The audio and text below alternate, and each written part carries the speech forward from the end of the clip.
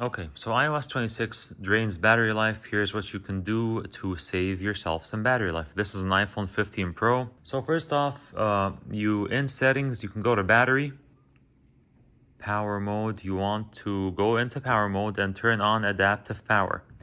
So adaptive power, it says here when your battery usage is higher than usual, iPhone can extend your battery life by making performance adjustments, such as lowering display brightness, allowing some activities to take longer, or turning on low power mode at 20%. And you can also turn on low power mode yourself here. All right. You can also go to display and brightness. Instead of being in light mode, just be, I don't know why this isn't working. Oh, there you go. Just be in dark mode. That saves some battery life as well. You want to also manage background app refresh. So you go to settings, again, all of this is in settings. You go to general, and in general, you find background app refresh. You go here, and it says right here, allow apps to refresh their content when on Wi-Fi or cellular in the background. Turning off apps may help preserve battery life. It even says it right there. So look at all these apps where I have background app refresh enabled. You can switch it off for any ones that you don't want to refresh in the background to save some battery life. Another thing is in settings, of course, again, you go to privacy and security. You go into location services.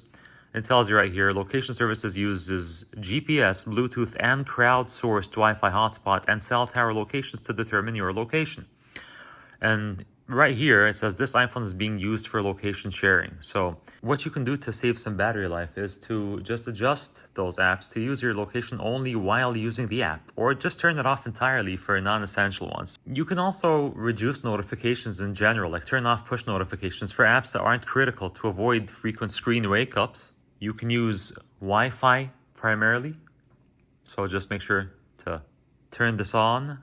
You want to disable some visual effects as well. So for example, you want to go into accessibility, you want to go into motion, and you want to reduce motion.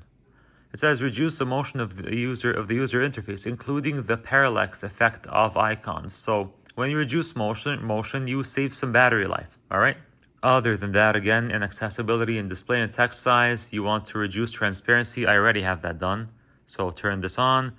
You also want to go into accessibility. You want to find Siri over here.